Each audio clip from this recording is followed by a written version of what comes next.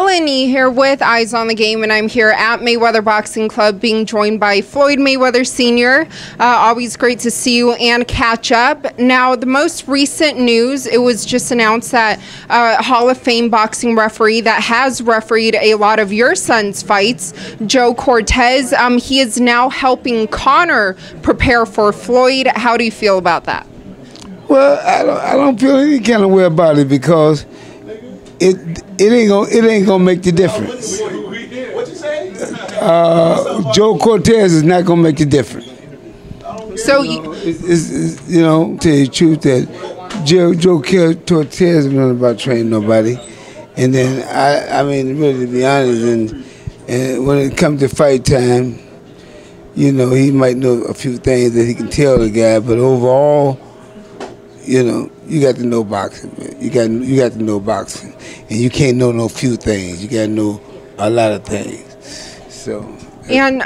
But does it concern you that having, you know, Conor and his camp, the point of having Joe Cortez there when I spoke to him was the fact that he wanted to make sure that Conor knows the ins and outs and everything about boxing rules. So with that being said, does that kind of concern you that what if Conor, you know, may slip or pull an MMA move by accident?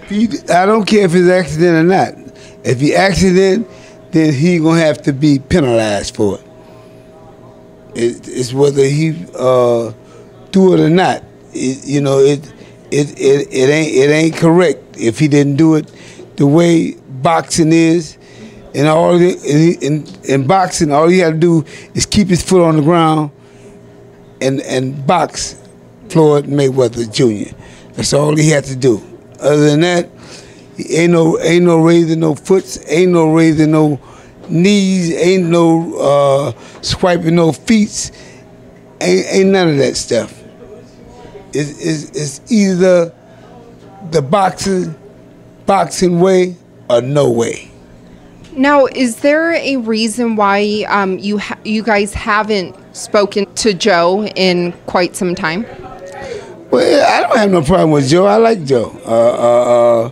We haven't gotten together because I haven't been around Joe in quite a while. So, you know, and Joe, he's a good referee, and you know, I really don't have nothing to say about Joe. I like Joe as a person, and I think Joe is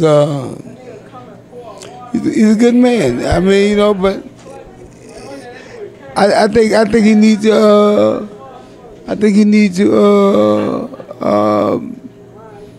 You know, I'm just saying that overall, I think that, you know, what's gonna happen here, it ain't gonna be no joke. It ain't gonna be nobody playing, and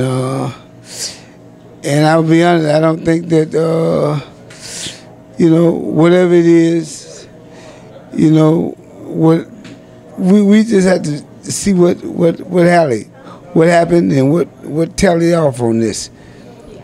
And speaking of having it not be a joke, Berto and Paulie Malignaggi, they both came out and said that after kind of being around Conor, watching him train, and knowing a bit of his game plan, they said he is going to go into this fight kind of with an awkward style. He is a southpaw and is going to bring something quote-unquote awkward to the table. So it's going to bring something awkward to him. He's going to be asleep.